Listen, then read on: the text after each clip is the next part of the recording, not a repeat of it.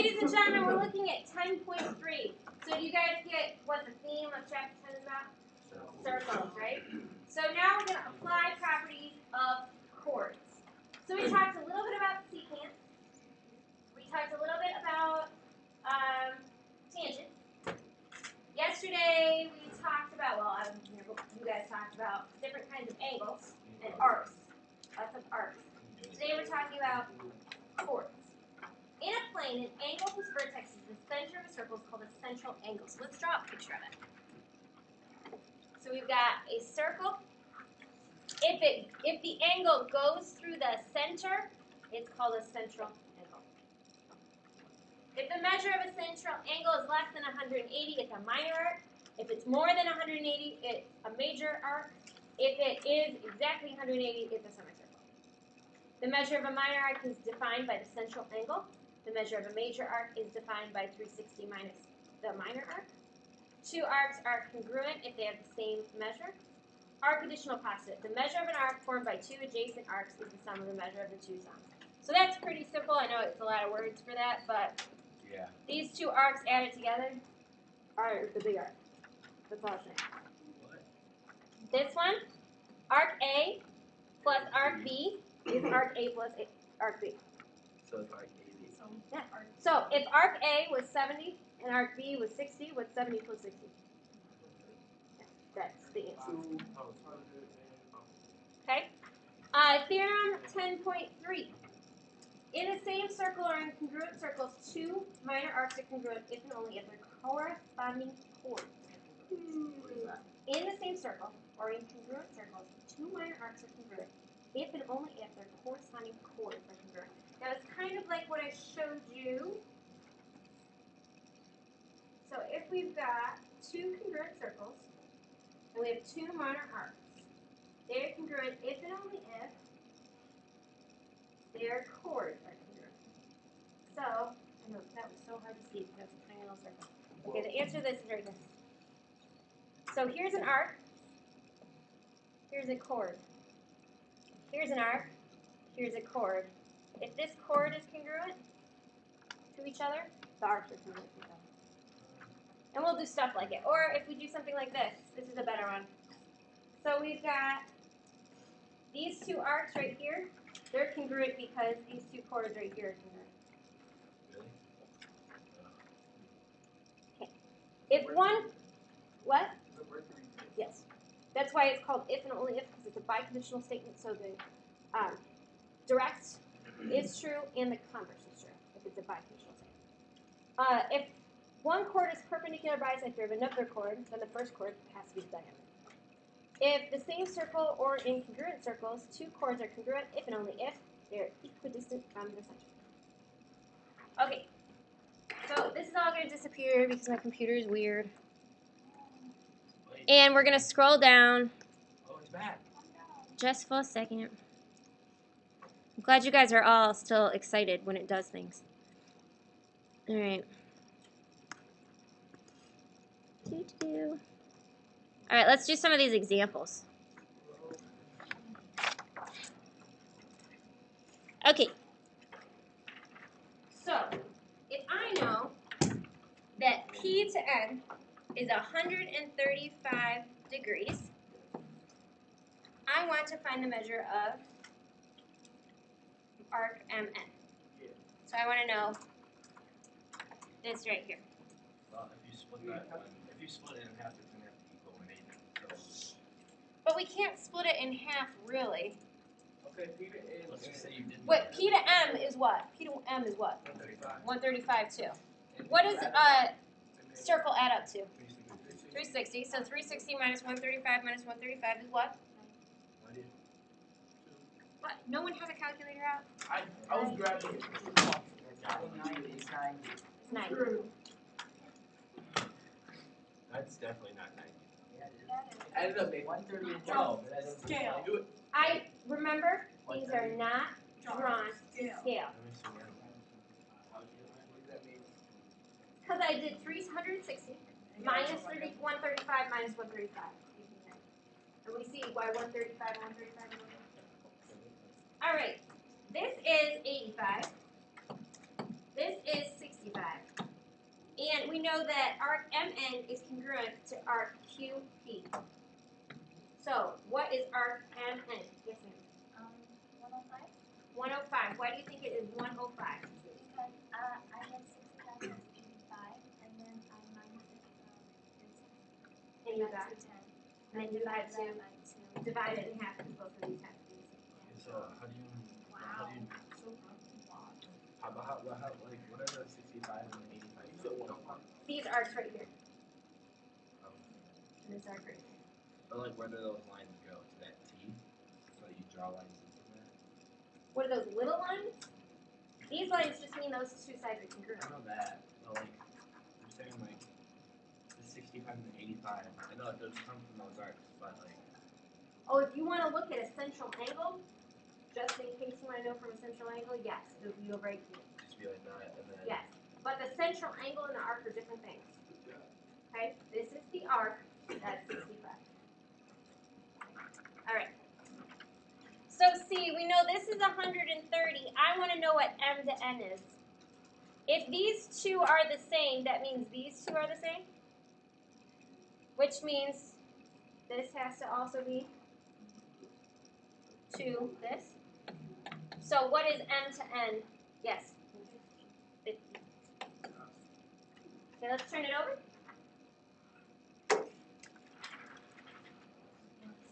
if you always say angle with that one and then 50. All right, we are going to look at properties of arcs and chords. Okay, so let's draw these all in. It's given us a bunch of information. Let's draw it in. Q to V is 2. Q to U is also 2. So we know these are congruent. We know that S to U is 3, so this side right here is 3. We want to find V to R. So what we're looking for is this right here, V to R, the black. All right. So, let's talk about this. so P to V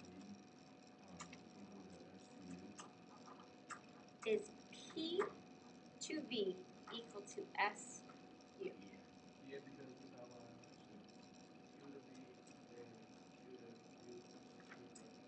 They are congruent. So what does that mean? If those two are congruent, if one chord is a perpendicular bisector of another chord, then the diameter bisects the chord. Nope, that doesn't help me. If one chord... Okay, so theorem 10.6. In the same circle or in congruent circles, two chords are congruent if and only if they're equidistant from the center. Are these equidistant from the center? So they are congruent to each other, correct? So we know this whole length right here is the same. This whole length right here, P to R, and I hate it when it does that, S to T are congruent.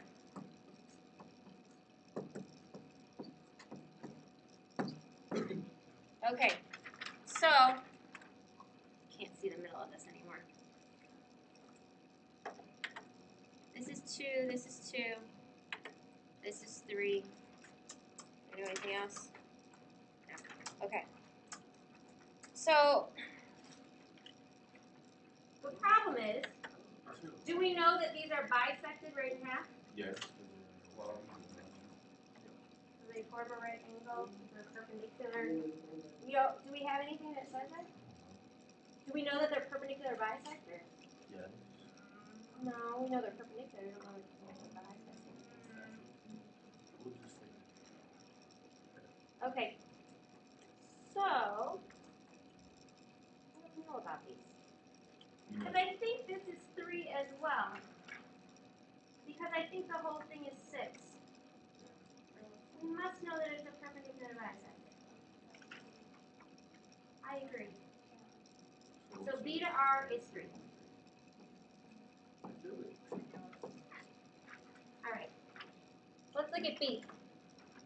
We know P to S is 12, so we know this whole thing is 12. So what else do we know? We know S to Q. Oh, T to V we also know is 12. which means we know that these two lines are equidistant from each other, because that's the rule. We know S to Q right here is 7. And we want to find Q to U. So I want you to notice something. S to Q is what of a circle? It's the What? S to Q S to Q is the radius. So the radius is the same no matter where I put it, right? So if I put it right, is this a radius? Yes, that's 7 also. Right. So this is also 7. Okay? If we want to know Q to U, this is 12. We know it cuts it in half, so we know each side is 6. What is this form right here? A triangle. And so we know 7 squared equals 6 squared plus QU squared. Are we agreed? Yes. All right, let's figure this out. 7 squared is 49 equals 36 plus QU squared. Subtract 36. 9 minus 6 is 3.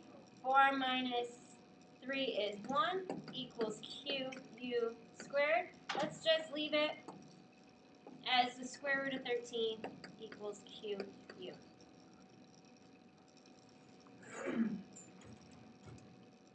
Okay, I think we should try some more of these. Let's just go on to C and see how it looks different. I don't like these. No, I don't want to go to here. Like food. Here we go. All right. So we know that D to C, the whole thing is 8. And it says that both these sides are equal. So what is DQ? If D to C is 8 and both of those sides are equal. Okay. 4 and 4. Okay? And then it tells us that P to Q is 3.